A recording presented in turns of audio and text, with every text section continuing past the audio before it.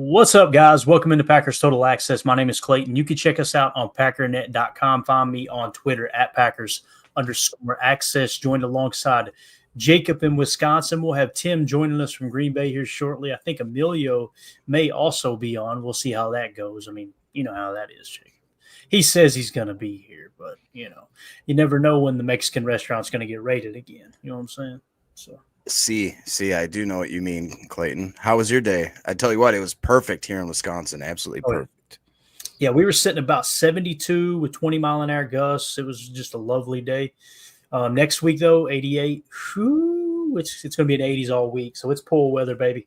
And ready to get out there and look like a beach swell on the pool deck. You know what I'm saying? I'm excited about it. So, anything you want to hit before we dive into? I've got a full slate of stuff to talk about. We're going to be doing our LVN giveaway at the end of the show as well. Autographed rookie card from LVN from one of our lucky Patreon members. Anything you want to hit on before we dive into some of the content I've got lined up here, man?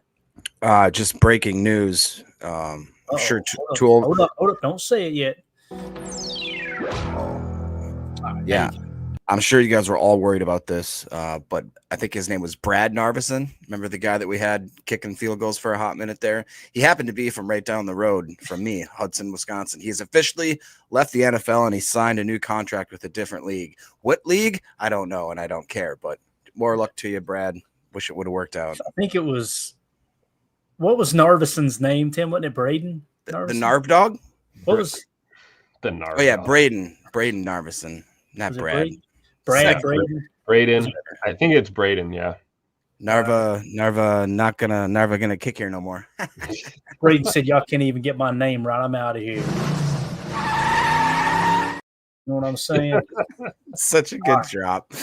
It is. It's solid. All right, let's get into it. I want to talk a little Matthew Golden. This is going to be a real quick seg here. I really think this is awesome. I found a video where someone had filmed the drafting of Matthew Golden from the crowd at Lambeau Field. Really, really cool shot. And I want to give a shout out to, God, I can't remember who it was now. It was on Twitter. It's been shared around several times, so I don't even know who the original author is. If you guys know who it is, shout them out in the chat. We'll make sure we give them credit. But I wanted to talk about why he chose the number 22. This is pretty cool stuff. But first, let's check out from the crowd here in the Lambeau Field parking lot. Oh, let's hit this first. King Tron with the super chat. Y'all miss me? Hope everyone is golden, number 22. Appreciate you, Tron. Good to see you in the house, buddy. Thank you for the super chat, man. You are awesome. So this is a really cool shot, like I said, from the crowd. All right. I love how everybody puts it together. Tim, when he says for the first time since 2002, you literally hear people go across the crowd. Receiver. They already knew what time it was. It is awesome. Check it out. With the 23rd pick in the 2025 NFL Draft, the 13-time world champion Green Bay Packers, for the first time since 2002,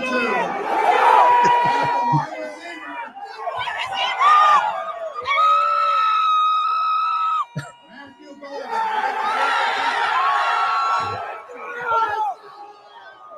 How awesome is that, man? Oh, so electric. It's just such a good draft, man. And I'm sure it was just as enjoyable watching it from home as it was right there, at ground zero. But Tim, that night when they announced Matthew Golden, bro, it was special, wasn't it? I know we wasn't at the draft at that exact moment, but it's pretty cool getting to experience history like that. Yeah, I was kind of dumbfounded a little bit. I was just in shock. I remember being at our draft party, and yeah, man, what a wonderful way to get the draft started. And yeah, you could see the dramatic pause for effect that Mark Murphy had in his delivery there. I thought that was a total pro right there at delivering Packer fans some news that they really wanted to hear. So yeah, what a great moment, man. Yeah, Jacob, I don't know if you've seen this or not, but there's been several fans that don't like the fact that he's wearing 22. That looks weird. I can't get used to it. Blah, blah, blah, blah. We got linebackers wearing single digits now. Relax. A bunch of boomers. So I didn't realize all the level of detail he went to in terms of choosing a number 22, which is really cool. And first of all, I want to just point out, look at the ink on his legs there. You see it on his leg, says fear God. One leg says fear, the other says God. Love it. Absolutely love it. So here is why he chose. And this is what he said on a video over at Packers.com. He said, it's why did he choose number 22? He said 2 was his late great-grandmother's favorite number, right? And that's why he wore it at Texas. So obviously that was his college number. The last time the Packers took a receiver in the first round was 2002. And he said 22 teams passed up on him in the draft. He said he chose the number to keep himself motivated. I don't know how you guys feel about Matthew Golden. Maybe he wasn't like the top guy on the Packers draft board in terms of maybe there was someone in that same tier that had a little bit higher grade. But Jacob, it sounds to me like the reason the Packers chose this guy over some of the others is you hear about his humble upbringing. You hear about his work ethic in college. You hear his teammates just rave over him. You see his ability to create separation at the college level. You've seen the contested catches, even though he's not a huge receiver. But it just seems like he's got the right attitude to be a Packer. Man, it's pretty cool. Yeah, for sure. And I'm personally a super big fan of the 22. I think I saw, 12 for the said the same thing. To me, that's what I do on Madden, man. I go in there and I give everybody a crazy, funky number. You know what I mean? I got offensive linemen with double zeros. I don't care. No, but honestly, the 22 is cool. It is unique, but I think it will kind of, it highlights him in a way that's different where it's like, I want to remember that, not in a bad way. You know what I mean? I don't want us the next time we see a wide receiver strain, I'll be like, oh, here we go again. You know right. What happened with Golden. I really do think, though, that this season people need to really put just maybe tamp down a little bit the expectations because this wide receiver room is so deep and they're so talented. And for him, I mean, hopefully he does. If he does, it means that he is that good because he's got maybe 5 or 6 guys that have legitimate NFL experience that have shown that they can do it, know what it takes. And for him to just step in and go to the top of that heap, I don't really know. Like I said, I hope I'm wrong. I hope he does it. I don't expect all that right away. I think that it's going to be a 2 or 3 year process until we see the gold of Michael Golden. It's funny too, Jacob, because like as you're saying that, I'm usually that guy going, hey, it's a rookie, tamp the expectations. I'm kind of on the opposite end of the spectrum with this one. And the reason being is you've got Christian Watson obviously is going to be missing significant time. So that spot is open for someone with speed to take the top off of defenses and let Reed and Dobbs and Wicks and those guys work underneath. Tucker Kraft underneath. We'll talk about him in a minute. And I don't know. When I look at Golden and I hear what Jordan said at OTAs, and I know people were going to think, yeah, they're always talking up their guys or talking up their guys. But the way he said and what he said really stood out to me of all the interviews. When they asked him about it, he said, yeah, he looks really polished. That's not a line that you recite, Tim. That's not like okay, guys, we're going to go out there, and if we're talking about teammates, you go out and say they're polished.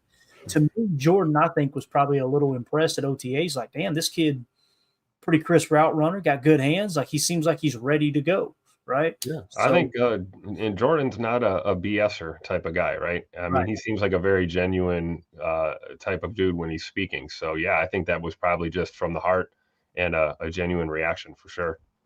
Yeah. I mean, he gave us gems like this, right? I don't listen too much Taylor Swift. Doesn't get more straightforward than that. I mean, it don't get any more straightforward than that, right? Yeah. So, again, maybe I'm drinking the Kool-Aid here, and Jacob is the more accurate, person in assessment. But I don't know. I got a feeling Golden's going to come out and just be like, all right, dang. Kind of like Jaden Reed his rookie year. I know Jaden Reed played in the slot, and there's a lot more touches there. I think that's the other thing that kind of takes me a little in that direction is the fact that defenses started to hammer down on Jaden Reed in the slot last year. And now if they're going to continue to do that, you need someone who could take the top off out of that 2 and a dagger and also work that dig, which, by the way, Golden does that really well. Like most of his – I don't want to say most of his film – there's a good chunk of his film at Texas where he's running that 10 to 15-yard dig route. That's a crucial aspect to dagger. And if you're going to have, a trip set and you put Jaden Reed in the 3 like we seen on tape last night showing some of those 5 incompletions that we kind of broke down, if you've got him in the 3 running that crosser and you're running dagger out of it, maybe you got Dobbs running the seam route, and you let Golden run the dig, and then you switch it up and let Golden jump into the 2 and run that seam route or that that non-fade. So I don't know, man. I'm excited. I think reasonable expectations for Matthew Golden. I would probably put somewhere between 600 to 1,000 yards, kind of the 1,000 being the ceiling, and anything over 600, I'm gonna go good rookie season. Good rookie season. Seeing that the majority of the manufacturing and Matt LaFleur's offense is kind of coming from the slot and working to the tight end in passing plays. I don't know if that makes sense, but when you mentioned it just triggered this in my head. You had in 2022 we had Christian Watson and Romeo Doubs. That was 2 receivers in the draft class, correct? Correct. Then we got Jaden Reed and Tay Wicks, and now we get Matthew Golden and Savion Williams. I'm starting to see a trend here. Right. You've got these high-level, high-talent guys that are unheralded, unproven, and they pick each other up and they make our receiving core that much better. I mean, I think over time, as the team develops and gets older and we don't have to keep talking about the youth factor and all of this stuff, we could have 3, 4, 5 Pro Bowlers on the all pros on this offense for sure, especially in the wide receiver room. Yeah. And again, I know there's some people that are probably going, oh, man, y'all got too high expectations. That's okay. You can fan that way too. I'm just going off of what we've seen in the offense last year. And again, what did we do last year? We pressed into the run heavy, right? We ran the ball, I think, 51 or 52% of the time, which is the most we had ran it since Amon Green was the running back, I think all the way back to either 2002 or 2003. So, again, like we talked about, Hafley's defense may take a slight step back because teams have a lot of film on him now. These defenses are going to go into this season looking at the Packers offense going, all right, we got to stop the run. We got to stop the run. And if Jordan Love is completely healthy, which I think we all believe he is, you're going to be under center more, running more boot action, and that's going to open up the pass. I don't know, man. I got a good feeling about the pass. I think the running game will take a slight step back, and the passing game will take a pretty good step forward, seeing that if Jordan stays healthy. Like I said, he missed pretty much the majority of 3 games last year, essentially, is what happened. So, yeah, I'm excited about it. Go ahead, Jake. Yeah, actually, I mean, I was trying to figure out a way to make this into a segment, but honestly, it's good to just get the information out there. So as much as I was just kind of saying pump the brakes with Golden and what we should maybe expect production-wise, I found it very interesting. I was looking through a bunch of fantasy football stuff. I already got the bug, already doing some best ball drafts. And in underdog.com, they already have season over-unders that you can get in. So right now, Matthew Golden, they're given basically setting his par at 749.5 receiving yards and over-under, with a 4.5 over-under on receiving touchdowns. And they're usually pretty spot on with their projections. I mean, that's what makes it so tough. Everybody thinks, man, it's really easy. I can pick. It's really not. It's crazy how good. You don't believe to your point, bank account. Exactly. To your point about them kind of easing off Jacobs a little bit more, they have him estimated at 199.5 rushing yards, with only 0.5 receiving touchdowns. If you're looking to place a little action anywhere, I thought that was a steal. And then 10.5 rushing touchdowns. Gotcha. And they actually ranked Jordan Love's projections up to 35.99.5 with the over-under at 24.5 touchdowns with a half a point or a half of a playoff game started over-under. Really interesting stuff there. So if that is underdog, maybe to me that half a touchdown receiving for Jacobs is take the over, bro. They're not letting him do that anymore. I'm taking the over on all those J Love props too. Yeah. Where did they have the touchdowns at, Jacob? Did you see the touchdowns for Jordan or no? 24.5. 24. Oh my over. God. Over. Hammer that thing. Hammer it down. Got to hammer that down. Ed Madden in the chat says dig routes and out routes. Golden excels out at should open things up for Reed. And you guys remember the Wolf concept that we ran a lot last year as well. I think Golden can run a corner route just as well as he can an out route too. I mean, he's a pretty polished route runner. He really is. Now, am I saying he's going to go out there and just torch man coverage? I have no reason to believe that as a rookie. It's going to take some time to get used to the speed of the game and creating separation at the NFL level. But I swear, I think he's going to have a good year, man. And the fact that you said that over-under set in the 700s, Jacob, that makes me feel real good about that 600 to 1,000. That's good stuff, man. Appreciate you providing those numbers. Another point here, Johnny B in the chat says Golden also going to benefit from finally having a good quarterback throwing to him. Man, Quinn Ewers was so highly touted. I want to say he was considered the best quarterback in his class. His like sophomore year in high school, they had already said he's going to be the best senior coming out of high school. Like they just marked him at that. And again, I don't look at these college players or specifically Quinn Ewers and say, here's how I see him. I listen to the people that I trust the most. And Greg Cosell said, I've never liked his tape. And the fact that Golden gets drafted in the first round with Quinn Ewers, who had an arm injury as well, if I remember correctly, it was arm. It might have been an oblique, but I think it was an arm injury where he didn't have that zip on the ball. That's why you see Matthew Golden having to pull up on so many deep shot throws to slow down and adjust to the ball and make the catch. I think it's a great point, Johnny B. He has never played with a quarterback with Jordan Love's arm talent. There's no two ways about that.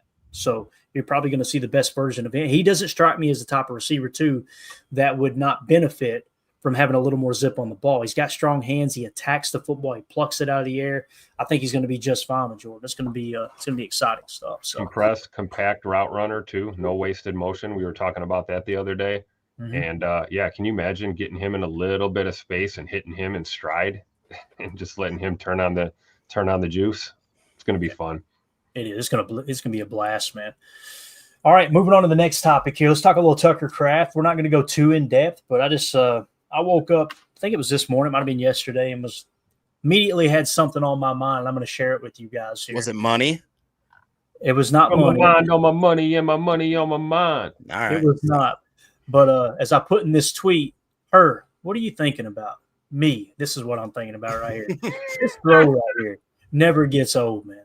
Look at this. Hold the left safety and just let that thing rip.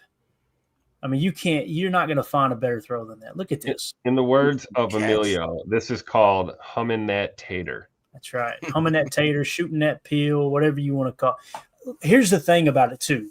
The reason I wanted to point this out with Tucker Kraft, he made his hay last year with yak yardage, Jacob. We seen him running people over, right? Making the first guy miss just about every single time he got the ball underneath. He also had a lot of separation yards, and it wasn't that Tucker was running these fancy routes.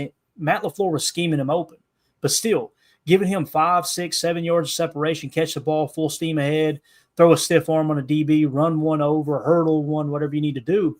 He's kind of become known as this yak type player, right? Exactly. Forklift certified, as he put in that one tweet. So when you see a play like this, immediately people think, okay, yeah, he can play underneath, he can play open, play yak. There's not many tight ends in the league that can make that catch right there. With a hand in his face, Jacob, full extension. Notice how he had the awareness to turn his body so that he puts his body between the ball and the ground. It almost looks like the DB gets a finger on it at the end, and it doesn't matter. I was going to say that. It's thrown so hard, right here. You can see that the trajectory, right? Just a little bit. Probably got a second-degree burn on his index finger, touching that one. That's amazing, man. That was a dart. And Holmes MD1 points this out too. That was the fastest ball thrown last season according to AWS. I'm going to go one step further, Holmes. The last I heard, it was the fastest ball ever thrown at the NFL level since the Next Gen Stats era. So there's probably been more thrown harder than that. Yeah, it was something, like around 2014, 2015, something like that. And again, I'm not saying it's the fastest thrown in the history of the game, but it's the fastest recorded thrown. I think it was in the 60s, if I remember correctly. Yeah, high 60s. Yeah, which is crazy. Absolutely crazy. Yeah, 2-0 for this confirmed. You're correct. Yeah, so Jacob, what do you think about Tucker here? I got another angle we're going to hit on here in a second, but anything else you want to add to this? No, I mean, it reiterates what I've thought about Tucker Kraft and just how a lot of people, like you said, the yak, the separation, all that. But what I think goes underrated, like you said, is when the ball gets there, he doesn't make body catches. He's usually laying out. He jumps over people. I mean, I can't tell you how many times I remember Kraft just doing the old gazelle leap where you're like, oh, okay. He's actually got some hops, or when he throws his shoulder in, like you said, he'd look at Bates coming in with the clutch, 61.98 miles per hour. Is that fast? Well, not high 60s, but that's high fast. score. What does that mean? That's pretty fast for a football. That's moving. Watch his feet here, guys. Watch the left foot when he delivers it. See the little turn and pivot. Torque. Now, we've heard a lot of complaints about him throwing off that back foot. and dealing, with the injuries he's dealt with, having to kind of have 1.5 legs under you. This is what it looks like when he's got, 2 healthy legs underneath him and he's stepping into a throw. I mean, this is just a thing of beauty. Tim, I'll even say he didn't get to fully get into that throw because the look at the lineman kind of impedes that follow through. But even with that, all he needs is just that good zip windup, and he can just usually hum that tater, to quote Emilio. Yep. This is the other aspect to it too, and you can't see it on this video. On the next video, you'll be able to see it. Jordan actually changes the play at the line of scrimmage. So he comes to the line, looks it over, and I think what he sees is split safety, because as soon as he goes through his wrist and calls it, he's basically changing the play, right? I don't think he changed anything on the left. I think he changed everything to the right. Told Tucker to hit the seam. I think he threw an out with maybe a curl on the other 2 targets over there. But nonetheless, he changes the play, and you immediately see this safety right here come down in the box. So he's trying to sugar Jordan. What Jordan's seen was a cover 2 defense, right? Where you got 2 safeties deep. This one deep, this one deep. And when he changed the play, when he went to that audible, that hot route, whatever you want to call it, that safety was like, okay, I got to sell something here. So he creeps down into the box, right? And you'll see it on this other angle. And then what Jordan does, if you'll notice, look at the stripe on Jordan's helmet. Yep. He's holding this safety at home right here, because he knows where he's going with his football. He's going right down the seam. So that right there puts that safety on his heels. And he almost looks him off too soon, because you'll see when Jordan comes back, now watch the safety. Safety's reading his eyes. See how the safety starts over? Mm-hmm. Yeah. But the safety thinks I just baited his ass. The problem the safety's got, and he don't realize, that's 61 mile an hour right there. That's a heater. God, that's crazy. Pretty cool. So you've seen it in super slow motion, right, from the box cam. Let's go inside Lambeau. You want to? And I want to give a shout out here to Kyle Tate on X, at Kyle Tate 842-45657. Hopefully that's not your social. Nobody go check that, all right? But this is absolutely awesome. This is from the stands. It should pop here in a minute, but listen to the crowd. Notice how quiet the crowd is, because they're close to the end zone. I'm so proud of Packer fans. And when it does pop, look at the stadium, just how freaking beautiful. You'll notice Jordan right off the bat here. I think you'll see when the video starts, he's changing the play. But listen to this sound here.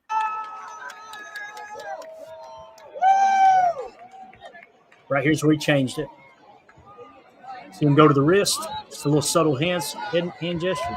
Touchdown, baby! Touchdown!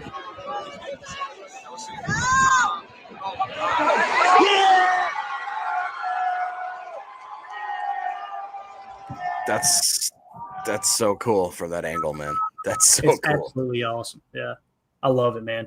And again, watch Jordan. See, he sees that safety right now. As soon as this is a great angle right here. When Jordan changes the play, look at this safety over here, how far off he is. See how they're split safety? So he sees that, and he's like, all right, we're going to attack the seam here. And then as soon as he goes to make the change, what's the safety try to sugar him? Now the safety's creeping down a little bit. This guy's mugging a little bit. You'll see now the safety drops. He knows he's got the seam. Bang. Wow. Just gorgeous. What a gorgeous throw. I forgot about the celebration, too. Since Tucker was already on the ground, everybody joined him on the ground there. So, it's awesome. How about that stadium shot there, too, man? That's awesome. Absolutely gorgeous. So, again, why are we showing this? I don't know. It's May 31st, and I can't get enough football, to be honest with you. That's why. So, really, really excited to see what Tucker Kraft can do this year. And, again, we just talked about everything that's going to come into play when we, with Matthew Golden being added, taking the top off, and how that's going to affect Jaden Reed. Now, he's going to have to prove he's attacking defenses before defenses pull off of Jaden Reed. But you mix in a little Tucker Kraft as well. I think his offenses, they're going to be better this year. They are going to be better this year. There's no doubt in my mind. The question is, how well are we going to protect the football, and how can everybody get better across the board? How can Jordan be better? How can he be more accurate? How can he get the checkdowns quicker? And how can he protect that turnover differential? Matt LaFleur, which is another thing we're going to talk about. Matter of fact, we'll go ahead and hit it right now. Matt LaFleur needs to get a little bit better too. And I think Matt LaFleur is a top 5 coach, possibly a top 3 coach right now in the league. But he's got to get better as well. And one of the things that I criticized him on, we're going for it on 4th down. I want to get your all's take before we dive into the numbers, all right? And then we're going to do a little chalk talk here with the 4th down plays. But I want to get your all's take real quick before we dive in. How do you feel about Matt LaFleur and going for it on fourth down last year? Did you feel like he was too aggressive? Did you feel like he wasn't aggressive enough? Did you feel like the play calling was off? I don't care who goes first. What's the first thing that comes to mind? Because that's typically how you really feel before you try to craft a thought, right? Tim, how about these three things? Going for it on fourth down, passing on first down, and the end around. That to me epitomizes what my criticisms of Matt LaFleur. I'll let you go. I think they're all fair. I think I'm somewhere, maybe it's the Libra in me, but I'm somewhere in the middle. I'm not gonna like sit here and overly defend Matt, and then I'm not gonna throw him under the bus. I've got a few things that I don't like, particularly situationally sometimes. I'll tell you this, when it comes to the going for it on fourth down aspect, especially like in your own territory or middle of the field maybe, and it's 4th and 1, 4th and 2, 4th and 3 scenario, I'm a big fan of going for it when you and your personnel on the field already know what the hell we're running the minute the third down is over with and they're spotting that football. Get up to the line, call a play, and I feel like you have more chance for success if you're more sure of yourself and what you're doing. In other words, like if you don't pick it up on third and everybody on the field knows we're going on fourth, you get a chance to maybe catch that defense trying to sub or maybe sleeping a little bit, maybe a little lazy getting back in a position, and you can pick up a first down. Generally speaking, I don't like it, especially out of a timeout. You get up to the line and then you screw the pooch, you got to burn a timeout, and then you come out and try again. That can be tragic sometimes. So I give Matt like a C+ with that. I don't think he's terrible at it. Challenge flags, that might be a different conversation when it comes to my gripes. Good point. But yeah, that's kind of just my general thoughts on going for it on fourth. It's a love-hate relationship, right? Sometimes you love it when when it works, you love it. You're a genius. When you when you don't pick it up, you potentially screw up the rest of the game for yourself a lot of times. So it's tough, man. You're playing with fire either way. Sometimes settling for 3 is playing with fire. I'm a big proponent of put the points on the board. But there have been times that has been proven that if you maybe sneak in and try and convert, put 7 on the board, you walk away with a win as opposed to maybe losing the game by 3 or 4 points or something. Jacob, how do you feel about it? How do you feel about Matt, fourth down, before we dive into the numbers here? I mean, like I said, that's my biggest gripe with him. And and that's not to say I don't think Matt's a great coach. I would take Matt over most coaches in the NFL. It's just that, like Tim said, I think it's good in certain situations. There's been times where I'm kind of scratching my head, but I don't think there's a better offensive schemer in the league. It's just that sometimes the procedural stuff and some of the I don't know. I don't like as much of the gadgety stuff we do sometimes when it just seems like we're too cute. But like you said, again, when those stuff works, I'm like, oh, okay, we're doing the oop-de-oop. I don't care. Whatever the gadget stuff with the short yardage is what gets me. Like yes, Clayton exactly. Always says, like, hey, it's 3rd and 1. Why the hell are we running laterally 8 yards when we need, 1.5 yards to move the sticks, So I'm with you. So let me ask you guys this question. If you had to guess how many times we went for it on fourth down last year, how many times do you think that was? 10. 10? I'd say less than 10. I'm taking the under on that. I'll say 8. If my numbers are correctly, we went for it on fourth down 18 times last year. Holy cow. So I stand corrected. C- for Matt LaFleur now. I want to be completely transparent here. The reason I like doing these exercises is because I remember how I felt last year. And I'm telling you, most of the time when I go back and the emotions are gone and I actually look at the facts which don't give a damn about your feelings, I'm usually wrong. In this case, I was going, dang, we went for it 18 times? Lord have mercy. We were way too aggressive, right? So we're not going to have time to break down all 18, right? But the tape that I pulled, I wanted to look at where did we struggle, okay? And here are the numbers. Let's break down the numbers, all right?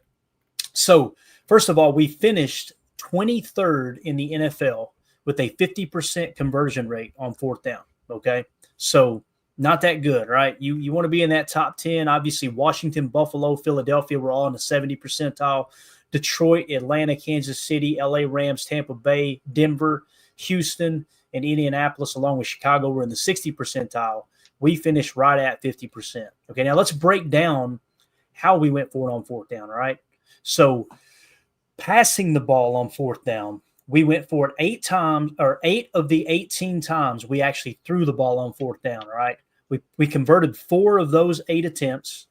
Leading, when they had a lead, they converted all 3 attempts passing the football, okay? Trailing, they only converted 1 of 6 passing the football. Now, running the ball, we went for it on fourth down with a running play 10 times, right? We converted on 5 of those. Leading, they converted on 3 of 5. So you're seeing a trend here. We were pretty successful when we went for it on fourth down while we had the lead. But when we were trailing, they only converted 1 of 3 running attempts there. You see what I'm saying? So what I did was, since we don't have time to break down all the tape, I said, let's focus on what we were the worst at. I'm not here to run a victory lap, right? Let's try to learn from it. Okay, why did we struggle going for it on fourth down while we were trailing? And do we justify going for it on fourth down while we were trailing in those situations? But final thoughts on the article, then we'll get into the chalk talk. Matt LaFleur finished 23rd in the NFL going for it on fourth down with only a 50% success rate. Green Bay had significant success going for it on fourth down while leading their opponents, but struggled to convert on fourth downs while trailing. 4 of those 9 attempts, Matt LaFleur did not need to go for it, having had plenty of time in close games to win over invisible yardage rather than trying to move the stick. So I want to point that out. 4 of those 9 attempts, okay, Matt LaFleur did not need to go for it. All right. I just want to point that out. So that tells me he was too aggressive. Yeah. And what I'd like to see is him temper that down. When you're losing the football game, you can't let the emotions take over. Crap, we got to get something going. No. There's time. There's time to win this ball game. Let's pick up that invisible yardage, punt it away, put the pressure back on them, and try to win the ball game that way. So at the top of the page, you can find all of the attempts while they were trailing. What I'm going to do, though, is close that out. And let's go straight to our telestrator, John Madden style here. Can I ask a quick question before you jump into this? Yeah, absolutely, man. Do you think, because that's kind of shocking it's not shocking, it's logical when you think about it, but does that shine a light that when the Packers are down, and I remember watching this for years now, it feels like that when we start slow, boy, it's hard to crack us out of that wallowing type of like a woe is me type behavior.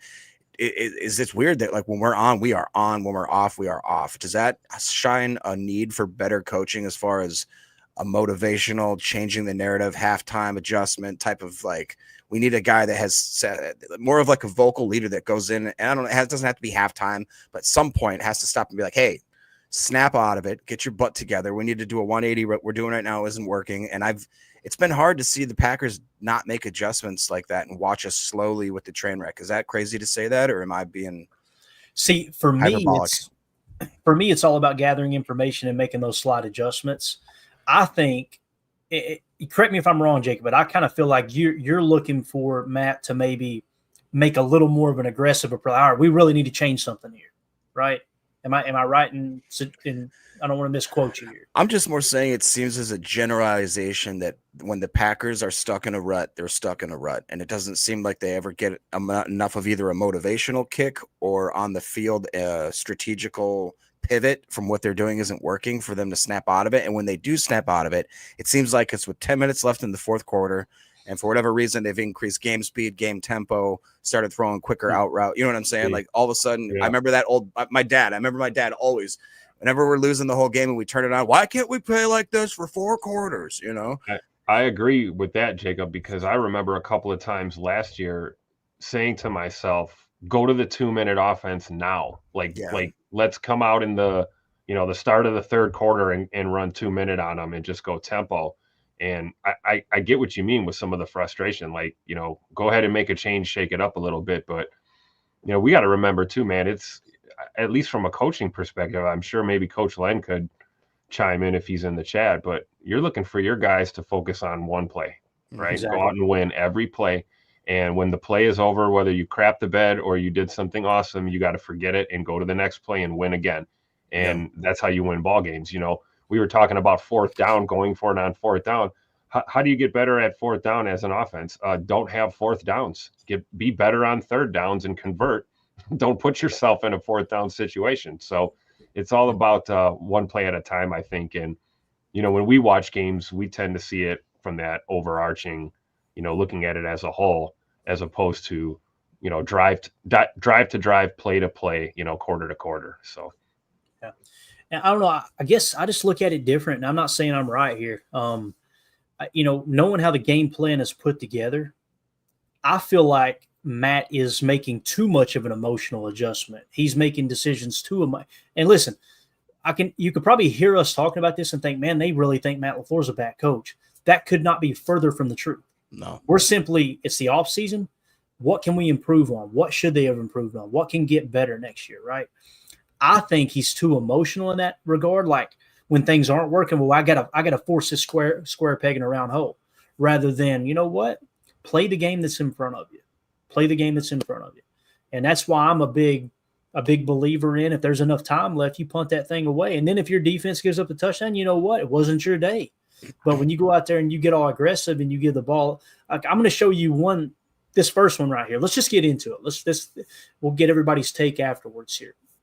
So notice the bottom of this. It says lost by 2 points, right? You guys can see it's on the screen, right? Make sure it's up for you guys. Okay. Lost by 2 points. So at this point, we were trailing 28-0, right? In the second quarter, only 2:11 left, and it was a 4th and 10. So you decide, all right, you know what? We're losing by so damn much right here. We need to go for it on 4th down rather than try to kick the field goal, right? And that is not a give me field goal. Don't get me wrong. But if you had kicked this field goal, theoretically speaking, you would have won by 1 point. That's within range. That's 52-yarder. For McManus, it definitely is, right? That's in range for him. Yeah. So here is we're going with the passing plays first, and I've got the entire situation set up for everybody. This is the passing play that we called. So it's a 4th and 10, and I want you to notice the play call.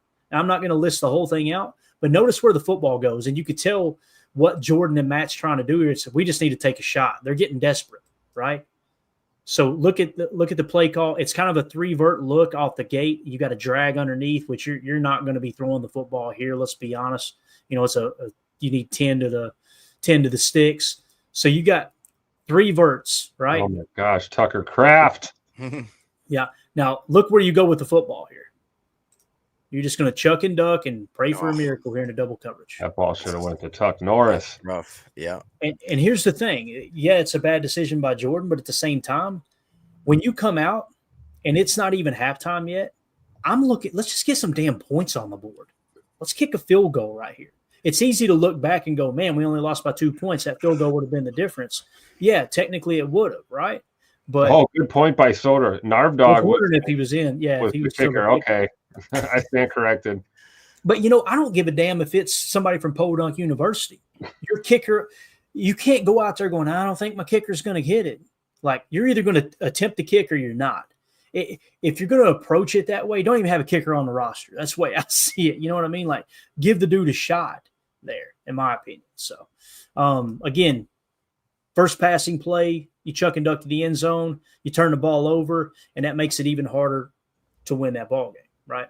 Next play, you're now trailing 28-7, only 3 minutes and 12 seconds left in the fourth quarter, right? In the third quarter. 4th and 8, this play failed as well. Remember, you only lost by 2 points. So once again, you're bypassing points to try to convert on the first down, right? And let's see what they come out in there. They're in a dub set out of the gun, and what they're going to try to do is chug it in. You see what I'm saying? And once again, now should it have been caught? Maybe, I don't know. But the point is, there's 2 defenders there, right? So imagine if Narveson would have hit one of those 2 field goals rather than go for it on 4th down in those situations, you win the ball game. Hindsight being 2020. Mm-hmm. So this is how I remember the season. So when I was watching it back, I'm expecting to be proven wrong. I'm like, I think I was right there. Like we got too aggressive, right? What did it say? What's Bates say there? I can't see the chat. It says Narv was 0 for 2 on field goals this game. May have been a reason as to why. So probably played a role. Watch this one again. Oh no. So and there's 2 different ways of looking at that, right? He was 0 for 2 already. Doesn't that mean you're one step closer to him hitting one? Like in the law of averages? And that's what I'm saying. Like my mind fires a little different, and it's probably wrong because everybody seems to think like, you Can't go out there and miss a third. I'm looking at it like he's going to hit one here soon, right? So I don't know. Maybe I'm wrong. Michael Jordan, baby. That's how when I hit on late scorers ever, right? I'm He had like, one of the worst shooting percentages ever. Didn't matter. He still gotta try, right? Yeah. So and again, if you miss that field goal, you're losing a little bit more yardage than just turning it over at that spot. But at the same time, if you hit it, there's a difference in the ball game. So, all right, next play that we're going to show here is another passing play, and again, these were all while we were trailing. Okay, we were trailing 24-6. Fourth quarter, 12:30 left. This is against the Lions at Lambeau in the piss pouring rain, if I remember correctly, right? Fourth and 5. Fourth and 5. This was actually a successful play. All right. We end up losing the game by 10 points. This one, you're going for it on your side of the field. You kind of got to go for it here, right? You're down by a couple scores, 3 scores, whatever it is. What would that difference be there, Jacob? Help me with the math. I'm from Kentucky. 18 points. 18. So 3-score game, right? So you've got to go for it here. Fourth and 5 play, we come out in once again a gun dubs set. So you got a 2-by-2 with a sidecar left. Tucker is standing up on the line on the left there. Let's see what play we went with here out of the gun on this particular play. You know that guy that everybody's been roasting here lately, Jaden Reed. Look, game on the line, right? You need a play. I don't know. Just go down the field and make a contested catch on 4th down, right? I know, but he can't catch the football. Is that back shoulder too? Yeah, back shoulder throw. No, for sure. Let's watch it one more time just to appreciate it here. Yeah, sure. And yeah, when I was watching it the first time, I was like, I'll be damned. Look at this. Game on the line, 4th and 5, right? Losing. Let's just chuck it up, give our boy a shot here. Great play by Jaden Reed there. Nice. Great ball placement by Jay Love. Yeah. All right. Trailing 7-3. This is at the Vikings. All right. Second quarter, 7:33 left. 4th and 2 play, and you're on their 25-yard line. Actually, their 23-yard line, right? Their 23-yard line. Guess how many points we lost this game by, fellas? 2 points. Yeah. You take that field goal, and I don't know, maybe Narveson was still the kicker. I have no idea. But nonetheless, you bypass on the field goal, you end up losing by 2 points. This one failed. Once again, 2 yards. And people will go, it's Matt LaFleur. Why is he passing on 4th down like that, right? It was a run play. Watch Jordan. Jordan checks to a pass. That's what it looks like. Okay, now it could have been 2 pass plays called, and he just checked to the second.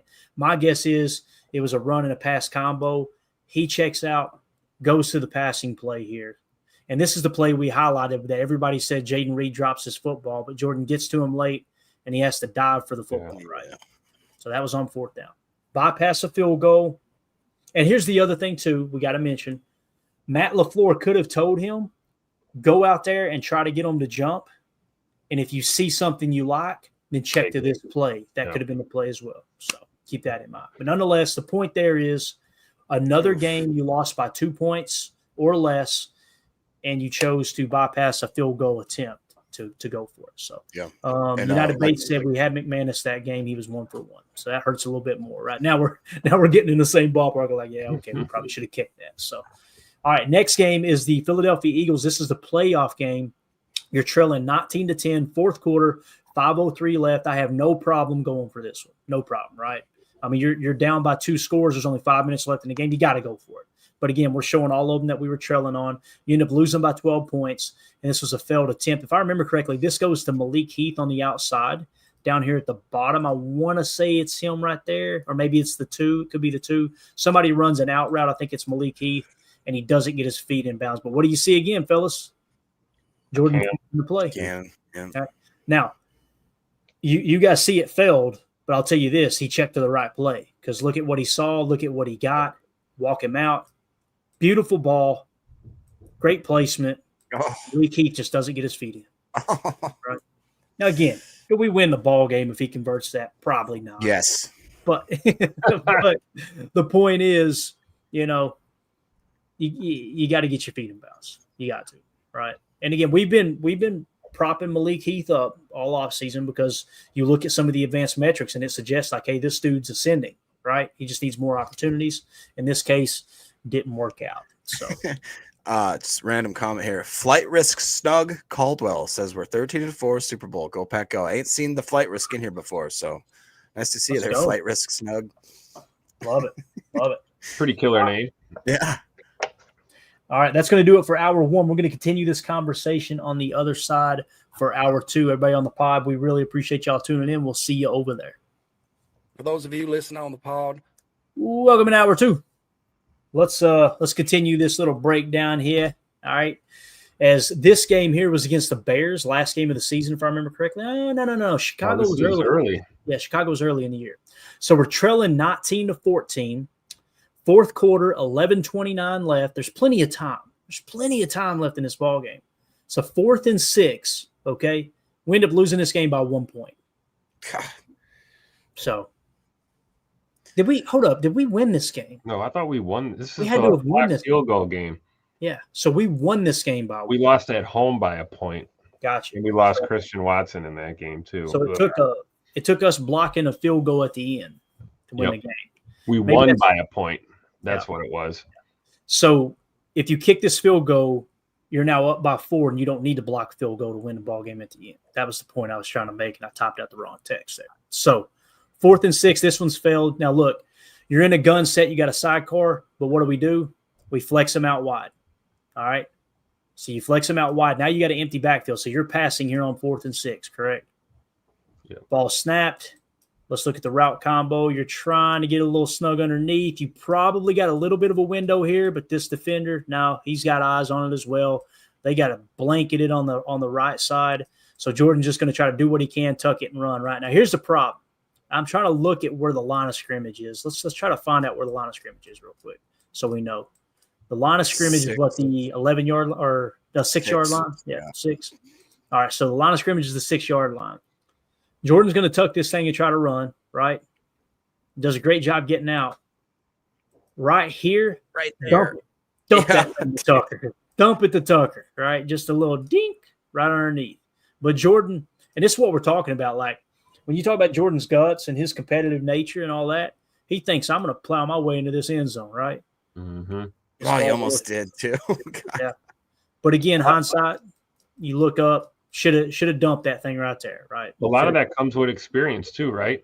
Absolutely. Like taking that angle when you wiggle out of the pocket there, get flat as you approach the line of scrimmage, you know, so you can kind of cheat and stay behind it a little longer and make that play. But I think he just had that kind of a goofy angle coming out of the pocket and just figured he had to run it. Yeah. Bates points out no field goal attempts in that game. So it would have been a lot easier to win that ball. You wouldn't have had to block a field goal at the end, right? If you just taken the points that were there. And I'm very boring in that regard. If there's field goal points there and you're not down by a couple scores with very little time left, take the freaking points. If I can live with the loss missing a field goal, I have a hard time living with the loss when we outsmart ourselves. That's the stuff that I struggle with. So not saying it's right. That's how I feel about it. So trailing 24-6. These are the running plays now. All right. So here are, again, these are all while we're trailing 24-6, fourth quarter, 10:07 left, 4th and 1 play here. We lost this game by 10 points to the Detroit Lions at Lambeau. All right. And this is one of those plays where Matt gets a little too cute. The ball still goes to Josh Jacobs, but look at all the eyes you get in the backfield with this jet motion here, if I remember correctly. So you're going to see the jet motion, right? Now look at all the eyes in the backfield, right? This was doomed from the start. Yeah, I was going to say, look at the hat count, man. Yeah. They had 10 guys in the box on this play. That Christian could have been invisible for all that mattered right there. Nobody even. Yeah. Right.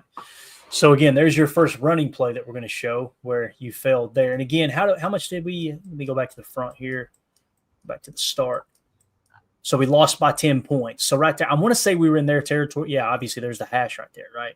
So or the field goal mark at the 2-yard line or what have you. Yeah, this was the last hurrah. This was the last chance to try and get back in this ball game, if I remember correct. And 90% of the coaches, probably all the coaches out there would say, you know what, it's a 2-score game. Go for it on 4th down here and try to get to 7. I look at it different. Like, hey, kick the 3, put a little bit of pressure on their offense to try to move the ball a little bit more. Maybe you force, and maybe you get a 3 and out with your defense or something, or a turnover or something. Yeah. If there's 5 minutes left, I feel different. I'm okay with going for it. But with 10 minutes left, plenty of time. There's plenty of time, you know? So that's kind of how I see that. And again, like you said, the hat count, nobody really, I mean, you just had the one guy in man coverage on Christian. So Christian was kind of calling for it there too. Did you see him? He's like, dude, don't do that. Please pull it. Yeah. So, all right. Next play, this next running play, trailing 14-3 at Lambeau. You lost this game to the Bears by 2 points.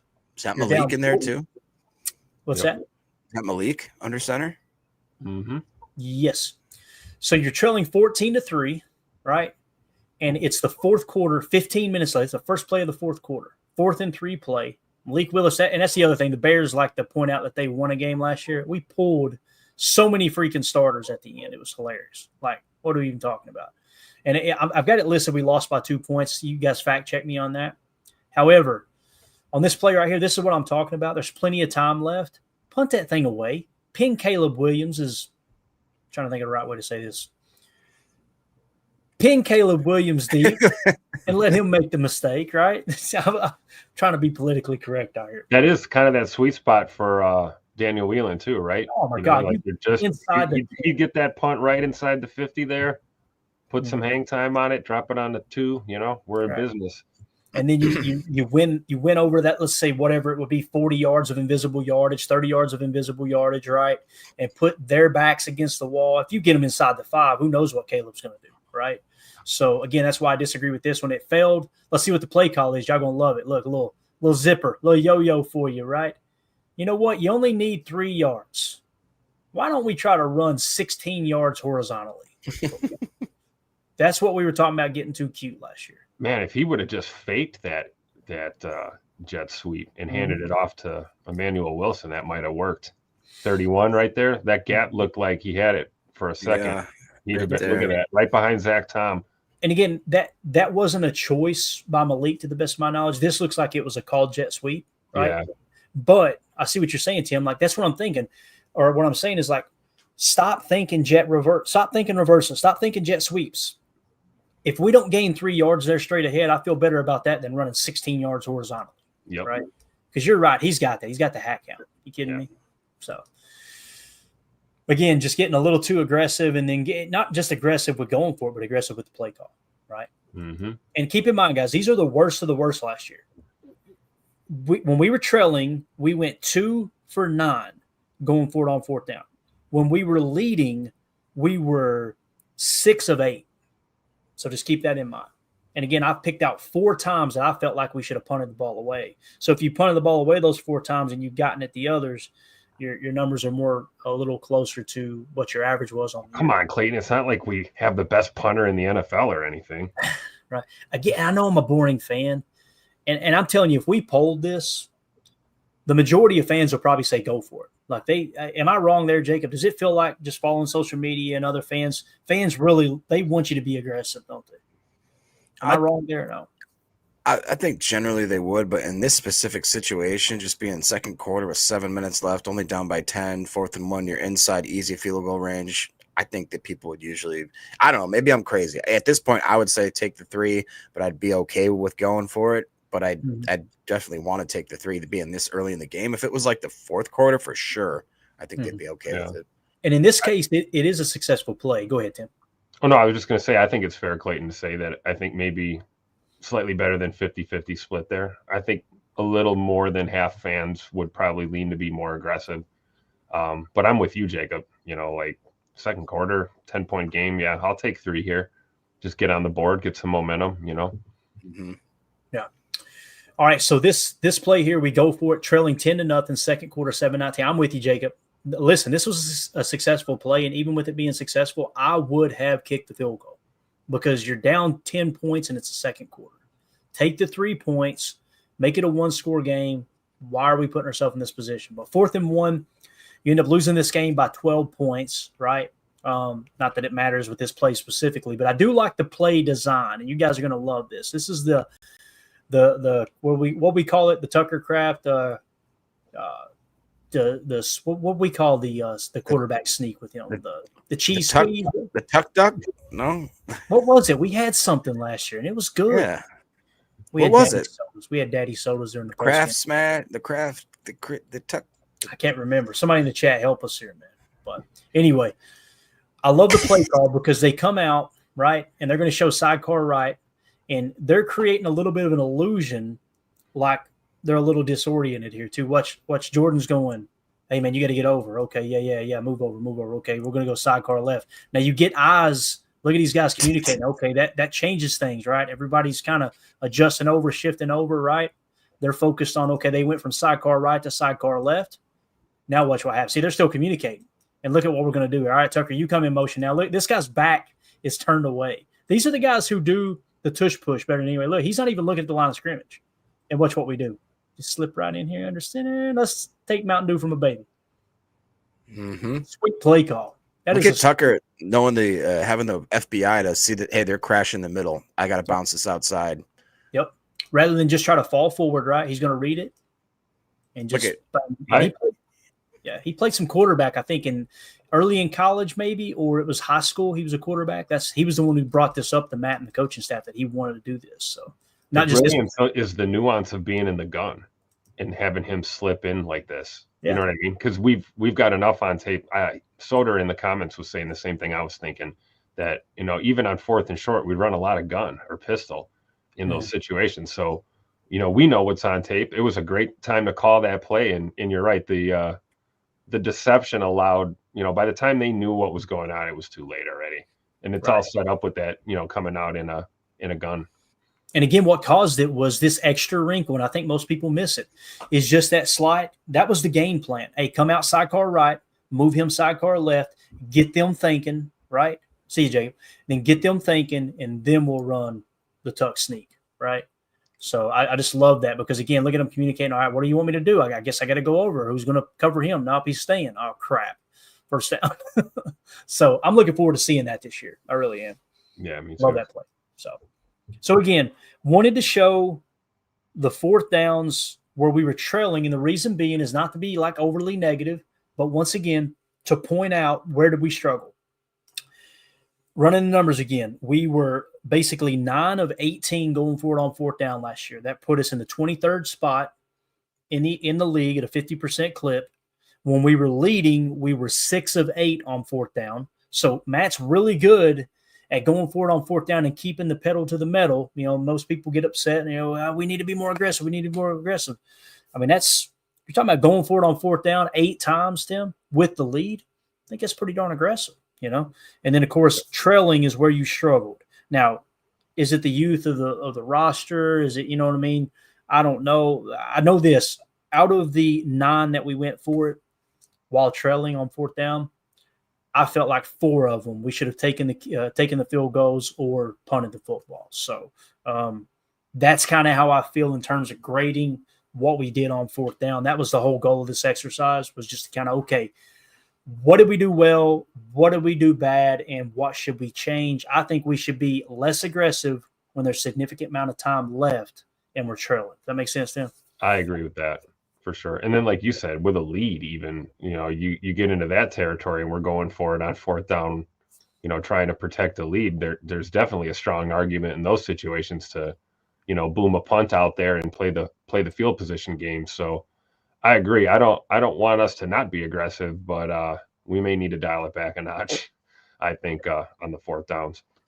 And again, this isn't the bash Matt LaFleur. There's not much to bash him on. The challenges are definitely a thing. That's definitely a thing. There's no two ways about that, Tim.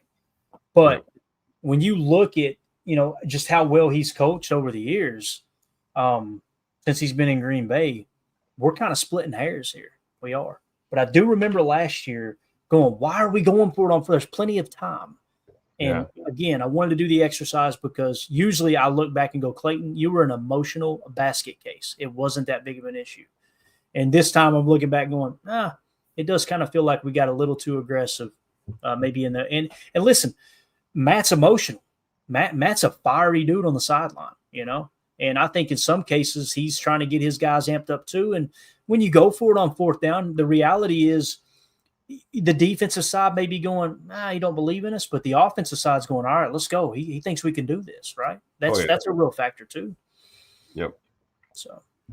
All right, let's see what Elijah says in the chat. Personally, I don't worry about Matt's aggressiveness. I worry about his trick plays he's tried to do in those situations, like the jet sweep, right? Yeah, I think that's a great point.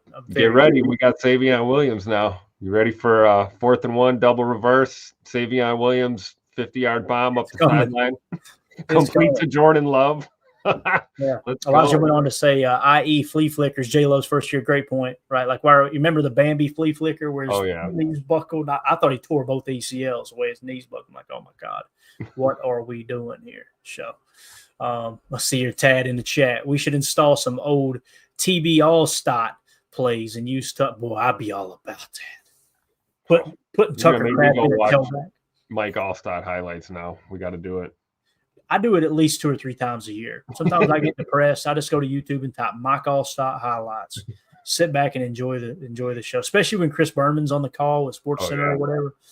Yeah, rumbling, bumbling, stumbling. I mean, Allstott was the man, dude. God, he was so. Ed Madden said he does get too cute sometimes. I agree. And listen, I know there's an argument. Some portion of the fan base say, yeah, when it works, y'all don't complain. That's true. But I'm just a boring fan. Like, if you need less than 3 yards, let's just try to go in a straight line. You know what I mean? And if our line can't push their big hog mollies out of the way, I can live with that, Tim. I can live. That's why we started to see more success in the red zone last season, because we finally just started pounding the run down there and kind of getting away from some of that cute stuff a little bit. So that's one step in the right direction we saw last season. Hope that continues. Yeah, completely agree, man. All right, man. Let me just check the chat one more time here, and then we're going to possibly do another Chalk Talk. We got time, man. We did really good on time tonight. Let's see here. H.E. Solder, in short yardage, better with Banks and Jenkins? Yeah, I think so. Banks is a big old boy. He's a body mover. There's no two ways about that. And don't get me wrong, he's a good pass blocker too. I mean, what they say he gave up, like, it was something. Was it just 1 sack last year? I think it was all. I think it was. Yeah. And go watch some tape on him, man. He's a big dude, man, but he is agile, has great feet, and he's pretty quick too for a big guy. Yeah. Ed Madden said, should be Myers was always the weakest link. You read that, as I'm reading it, it sounds harsh, and I like Josh Myers. I think Josh Myers is a great human being. I think he went through a lot of difficult stuff, losing his father last year and battling injuries. There's a lot of things that came into play, so I'm not trying to pile on. But if you're asking me, Ed, who was the weakest link on the offensive line last year, there's no doubt in my mind it was Josh Myers. I know there's some people going, whoa, Sean Ryan wasn't? No, I think it was Josh Myers. I do. And again, Josh Myers' dad played for the Kentucky Wildcats. I grew up a Kentucky fan. Like, I wanted Josh Myers to work, but it was year 2, Tim. I was going, man, I don't know if I've ever wanted to give up on a draft pick so early. And I kept telling myself, wait till year 3, because sometimes that 3rd year it clicks. It just never clicked. And there were still people on social media online that were just kind of trumpeting that he was trying to convince us he's this great center. And I just can't see. And then the argument would turn, well, he's a good pass blocker though. Okay, that's great, but we like trying to save face after we didn't take Creed Humphrey, huh? I guess. Yeah. And listen, that's tough. Yep. That's tough. That's a tough look. And I hate to keep harping on it, but that was a miss by Goody, taking him over Creed Humphrey, Part of the game though, right? Every organization has it. It'll probably happen again. It's happened before, it'll happen again. It's just how it goes. Yeah. It really was. All right, man. Let's move along to a little Chalk Talk. That sound good, Tim? You want to do a little Baron Sorrell? The guys are going to be mad. I thought Emilio was coming in, but I guess he ain't. So, oh well. My man's missing out. I talked about this earlier in the week when we were doing yesterday we were doing the Baron Sorrell Chalk Talk. This is Colin Oliver. Baron Sorrell was fun, and I think there's a lot to like there on the tape. I'm more excited about Colin Oliver than I am Baron Sorrell, Tim. And I want to see if you feel the same way when this is all said and done here. And I'm going to try to get this thing cleaned up as much as possible so we can actually see where he lines up. Again, the main thing is we're trying to determine where did they use him in terms of deployment. As a pass rusher, he played pass rusher and he played stack backer. So I want you to imagine in Green Bay's defense, can we utilize him the same way that he was utilized in college, right? This opening one, the clip got off a little early, but he was in a 7 tech here. okay? Meaning he was lining up outside shoulder of the tight end if there was a tight end on that side of the field. There was not, but nonetheless, he's working with that wide 7 look against the tackle. Let's watch him rush the quarterback here. Look at the speed, Tim. I mean, he is so fast around the line. Let me go to 75% here. Again, the 75, if it looks slow, it's because it's in slow motion. But look how quick around the edge, man. His game is quick twitch. There's no two ways about it. Mm-hmm. So we've seen him in a 7-tech, right? Here he is in a 7-tech on the opposite side. Okay, so again, there's no tight end over there, but I would consider that a 7-tech. He's one gap over from the tackle. Watch him work the edge, Tim. Again, speed around the edge, a little dip, bang, hitting home. And he's again, a good finish too, man. Explosive when he gets near the passer. Yeah, and when you look at his size, he's a little undersized. Some would say Clay Matthews is a little undersized coming out as well, right? But what did Clay Matthews have with his game that we haven't had in a while? We've got Preston Smith, power rusher. Zadarius Smith, power rusher. Rashawn Gary, power rusher. Lucas Van Ness, power rusher. Even though he's got speed, power rusher, right? Maybe it's time to mix in a little speed rush. And Brenton Cox Jr., you would think with his build, he's a speed rush. He's a power guy too, Yep. He kind of drives the pocket. So here is Colin Oliver up top, another 7-tech. So you're seeing first 3 plays lining up in the 7. Let's see what he does on this play. Speed around the edge. Yeah, speed around, yeah. So it's the first time in a while that we gotten a hold of a speed rusher, is what it seems like. So we're starting to mix in a little speed with the power rushers we already got. Here we got him in a wide 9, Tim, and this is a perfect example of a 9. You got 2 tight ends on that side, right? And he's on the outside. It looks like he's on the outside shoulder of this tight end right here. So that's what you refer to as a wide 9. Now, notice the cheat motion they're using. They're trying to eye candy this thing up. They got a pretty solid front. This is what you call a jam front, even though he's not technically in the 0, but you got a nose, 3 down linemen, and then you got 5 on the line of scrimmage. That's what you would call a jam. You've actually got 6, but he's probably dropping into coverage. So here he is in a wide. See, we said wide 9 and Emilio pops in. That's funny how that works. How many times are you going to come to my press conference late?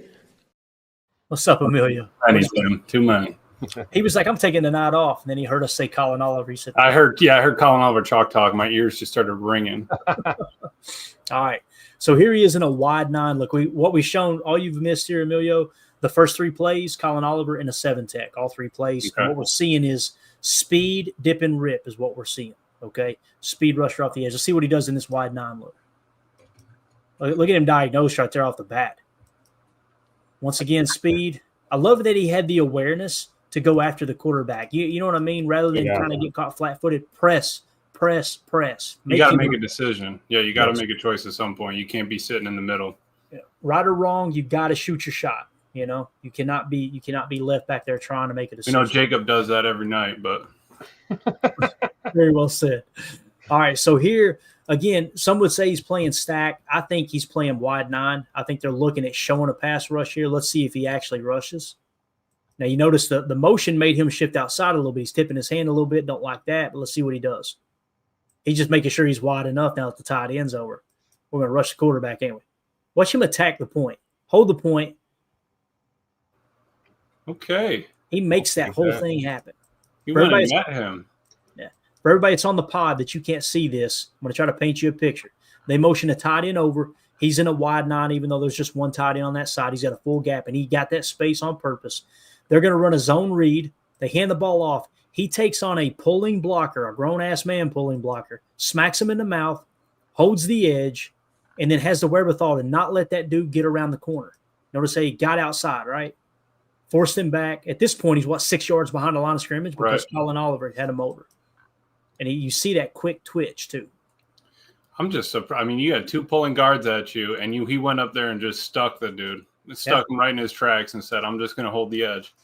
Now that we know that, let's go back one more time. We got 10 minutes. It honestly almost looked like a little trap or like a little counter. I mean, it's not a counter, but the running back gets the ball on the right side of the quarterback and ends up on the left side of the line. So I think these are the 2 guys pulling. It might be the guard together. It's 2 outside guys, right?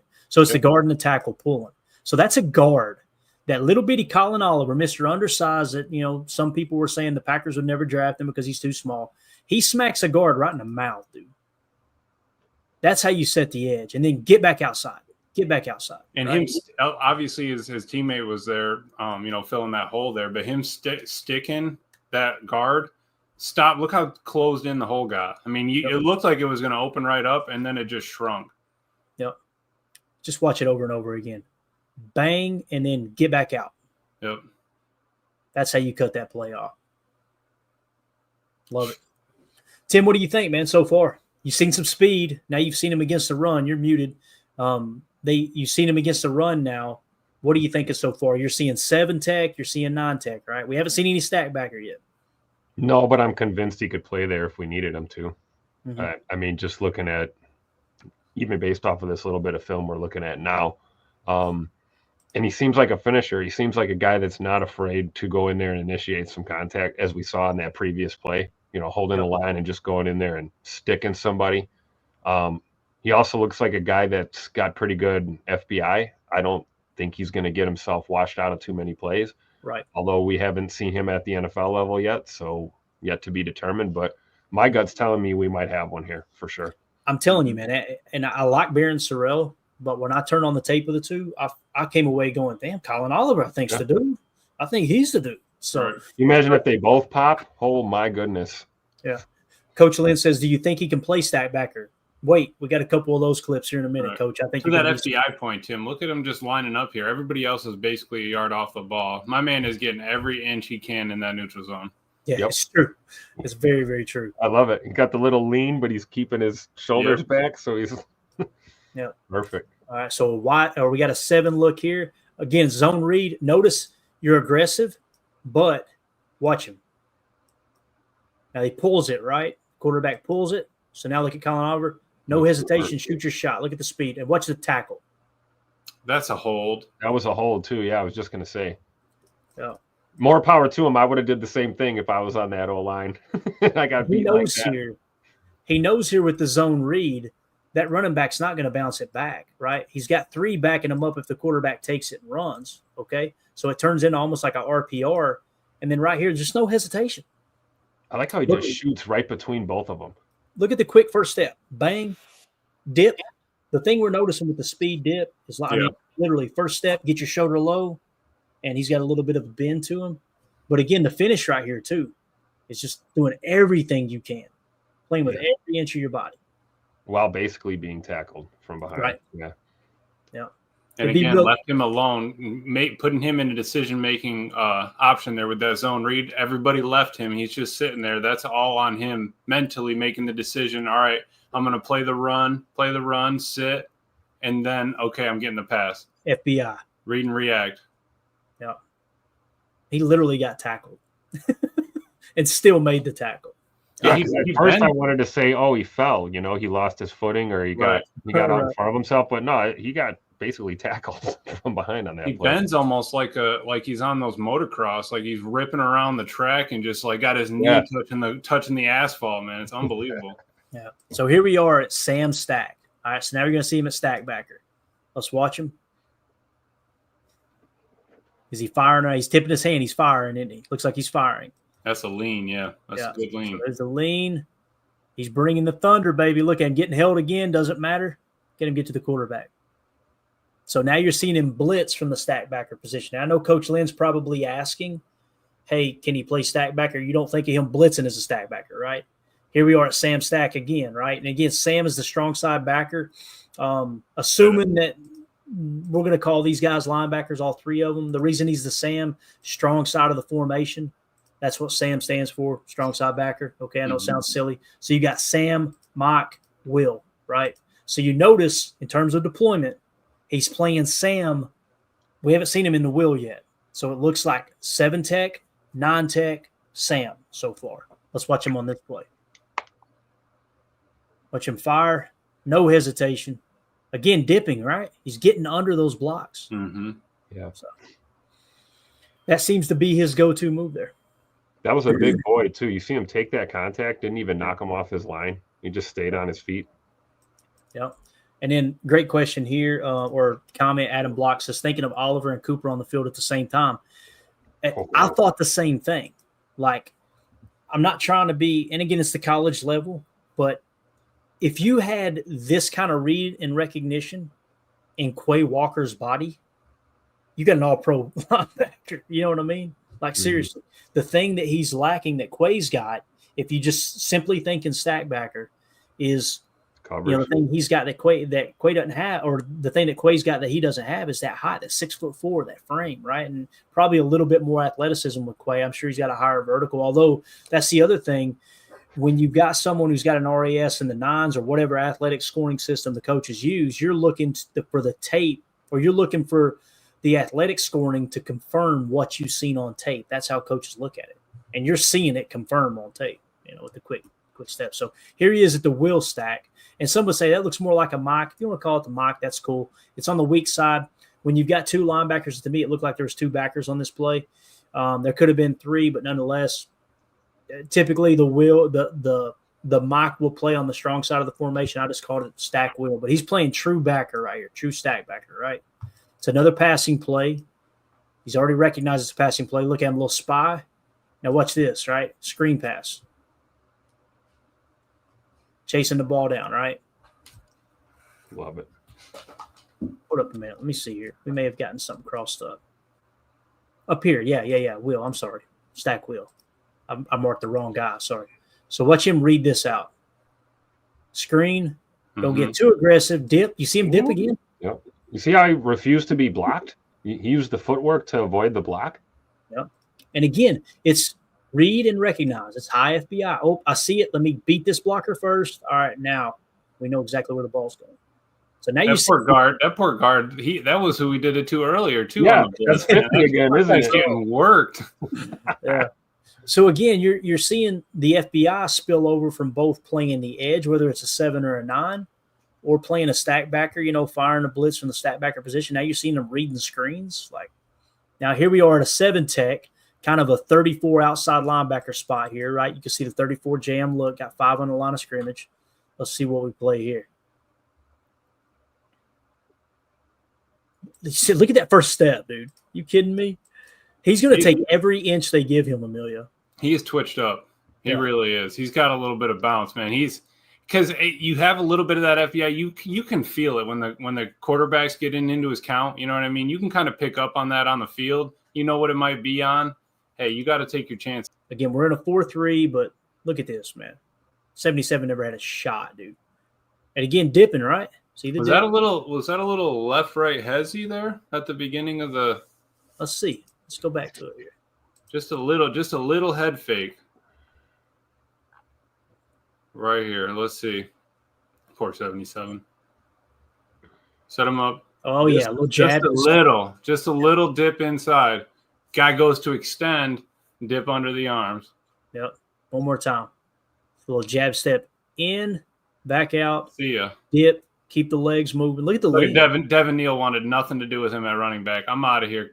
All right, here he is at Sam Stack now. All right, let's watch him at the stack backer position. I love this play, by the way. So you see, it's almost like he's playing a little spy, but what he recognizes right here, okay, let's him get the hands up, bat the ball down. Telling you, man, FBI. Every freaking play. Like, we haven't seen one play where it's like, I don't know, man, he read that wrong. Or he got too aggressive. You could call him a spy or in that curl zone, but dude is basically standing at the line of scrimmage by the time the ball gets thrown. He has enough vertical to literally just knock that pass down. You know what I mean? Yep. Love it. So, again, Coach, you tell me in the chat, based off what we've seen so far, you think he can play stack backer? I'm feeling pretty darn good about it. Now, we haven't seen him run vertical, right? Right. That's a big part. Yeah. But so far, so good. He's going to be fun to watch, man. I can't wait to hear the camp updates with him. I think we're going to hear either, man, this guy is taking off, or it's going to be like Tyron Hopper. We don't hear about him at all. You know? So nothing in between. Again, from the defensive side perspective, we've had some of these hybrid guys before, right? And usually it's like, is he a stack backer or a safety? The old Terry Carpenter. We saw that song and dance. But when you got a guy that can play, the Will or the Sam, and then, can play a wide 9, can play a 7 tech. Yeah. It's pretty good scenario. That's more of the versatility, I think that's going to work to our advantage using a guy like that. Yeah. Here he is in a wide 9, and you'll notice they've actually got, looks like 2 tight ends over here. Hell, they may have 3 tight ends on this set, but they're in a pistol set where the running back, the quarterback's in a shallow gun with the running back directly behind him. Let's see how he plays this. Probably a read. Yeah, so it's a zone read. Watch number 9. No hesitation. Attack the mesh point. Get your hands up. Bat the ball down. Right? He's fast, man. That's fundamental football too, right? At that position, you get there, get your hands up, get big, get tall. Yep. Love it. And knowing that's a timing-based route, too. He's got the FBI and the awareness to know, okay, that's a timing-based route. He's not just going to sit back in the pocket. Right. Get up quick. Get ready, right? Be real easy to just attack right there, but instead, you understand the assignment. I cannot get my guys to do that in college football at all, man. If I had a dude that could pull that off, stop the RPO for me. Oh, man. I like this, too, at the end. He seemed to be a spark plug on that team. And, again, I think this is the type of guys that Goody goes after. Look at his teammates, man. You think they don't like that dude? Yeah. Nope. I think we got us one, boys. It's early. Look at that. You kidding me? Screen grab that. Love it. All right. So there you go. There was your Colin Oliver Chalk Talk. Am I wrong for thinking that was better than Barron Sorrell? And not trying to bash Barron. You know what I mean? It is what it is. It's college tape. But am I wrong looking at that and going, I don't know, man. It kind of – I think Colin Oliver going to give them a run for their money. And we've seen Barron Sorrell play 3-tech too, right? So different type of player. But I don't know. What's your all's takeaway? I think that's fair, Clayton. And I think it's cool that we did them back-to-back like this to really have that fresh in our minds. And I think you're right. I think might be just a tad more excited about Mr. Oliver. I don't know. But overall excited about this defense with these new weapons that Jeff Hafley and the boys have. But yeah, man, Colin Oliver could prove to really be a freak, man. Once he finds his role, solidifies a role on this team, we'll see. Can't wait till we get to training camp, man. It's gonna be fun. It's gonna be a blast. Coach Lynn says Oliver has more tools. I agree. Now, if I remember correctly, with Barron Sorrell, it was power rush, right? Emilio, yeah, he's more of a power rusher. Yeah, he can really extend and lock out those arms and get space in between the guy. Still with good hands on the chop, slap, and rip, but not as much bendy. Yeah.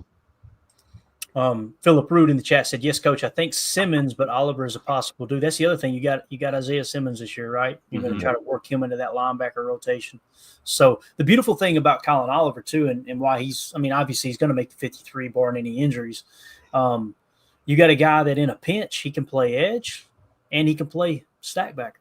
Right. I mean, that's value. And he's going to get on the field by performing on special teams. You know what I mean? Having that spring, that step, you imagine him on even just a punt block, field goal block, whatever. You might get something, kickoff return, whatever. I was going to say the same thing. The way that he attacks the football, the angles he takes, how he can dip under blocks and not lose balance while keeping that first step burst.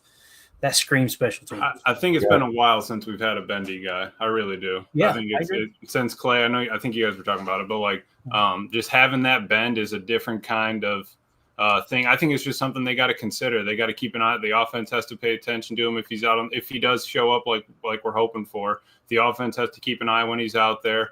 And I also like that he was able to flip flop. It wasn't like he was locked to one side of the field or not.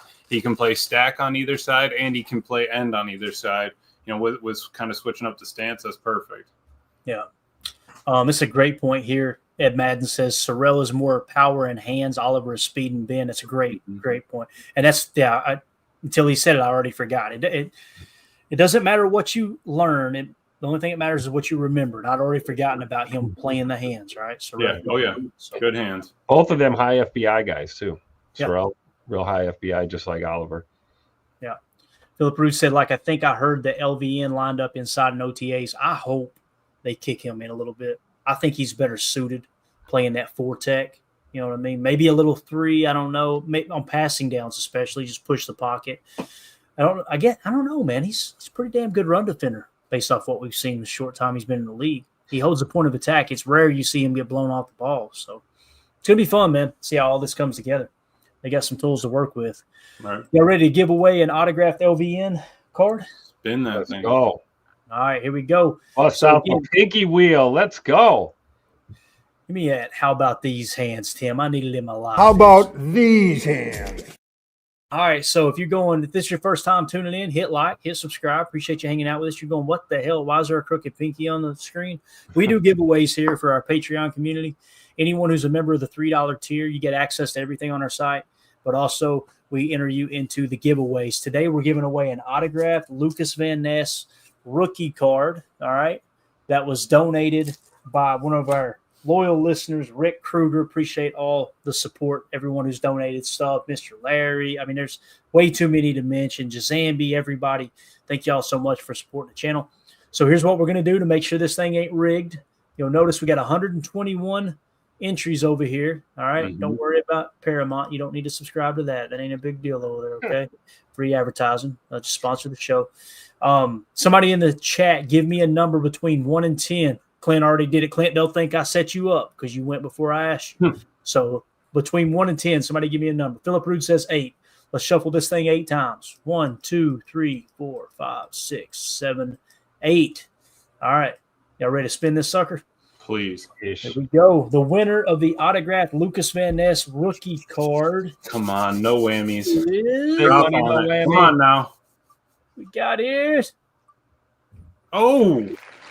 Damon Stewart. Come on, I can still get second. No, you cannot. I promise you cannot. Let me write this down real quick. Damon Stewart. As soon as you hear this, shoot me a DM over on Patreon, okay? And we'll get that mailed out to you. However, if Damon Stewart's in the clink, we don't know where he's at. He's out of the country or what have you. He doesn't come forward in a week. We're going to pick a second place winner that the card will go to. If he does not come forward, the card is going to this will be easy to find. Randy. Randy, baby. That Randy from Minnesota? Here's the The one that calls in all the time? I don't know. Could be. I don't know. He's definitely in the Patreon community. So everybody change your Patreon name and give yourself some. It can be a fake last name, but let's come up with 2 names so that, you know what I mean? Randy seems kind of sus. I ain't going to lie. So, all right. If Randy doesn't come forward, that's Jacob. The third place winner would be. Oh, Greg S. All right. Here's the guy. So there you go. Again, the first place winner of the autographed Lucas Van Ness card is Damon Stewart. If he doesn't come forward, it's going to Randy. If he doesn't come forward, it's going to Greg S. And again, appreciate everybody in the Patreon group supporting what we do here. It's the best way to support Packers Total Access. If you want to join our Patreon group, just go to patreon.com/Packer Fan Total Access or scan the QR code in the upper right. Really excited about what we're doing in there. The Chalk Talk we did today, that'll be added to our Patreon group, as well as pretty much everything we covered is already in the Patreon group. So you already got early access to that. So anything else, gents? We good? Ready to go. All right. Fun show, man. Appreciate everybody joining us tonight. If you would hit that like button on the way out. Also, if you want to donate to a good cause, we got an awesome little promotion going right now. If you go to my Twitter account at Packers_access, we have partnered up with My Autism Connection, building hope, community, and independence for autistic adults. The link is right there that Emilio put on the screen, or Tim did. I apologize. https://givebutter.com/KRPSJ5, or go to at Packers_access, and I got the link pinned at the top of the page. What it works is anyone who donates in there, if you donate $5, you get entered into the contest one time. Just make sure that you list your name and put PTA after it so we know you're entered into the giveaway. We're going to be giving away an autographed Dorsey Levens jersey, that one right there pictured. We'll do it the same way on the wheel, all right? We'll take everybody who donates in increments of $5, put them on the wheel. There are going to be a lot of names on that because there's some people with some large donos in there. Really appreciate y'all donating to a great cause. So just another way for us to make a little difference in this crazy world. So also want to give a shout out tonight to our community leaderboard winner, and it looks like it was King Tron leading the way. Actually, it's a tie. Is that a tie? Is that a tie, Emilio? Hold up a minute. Let me double check here. Let me restream or Oh. No. Bates. Yeah, mine's got Bates up top. we've got a three-way tie. Three-way tie between Bates, Ed Madden, and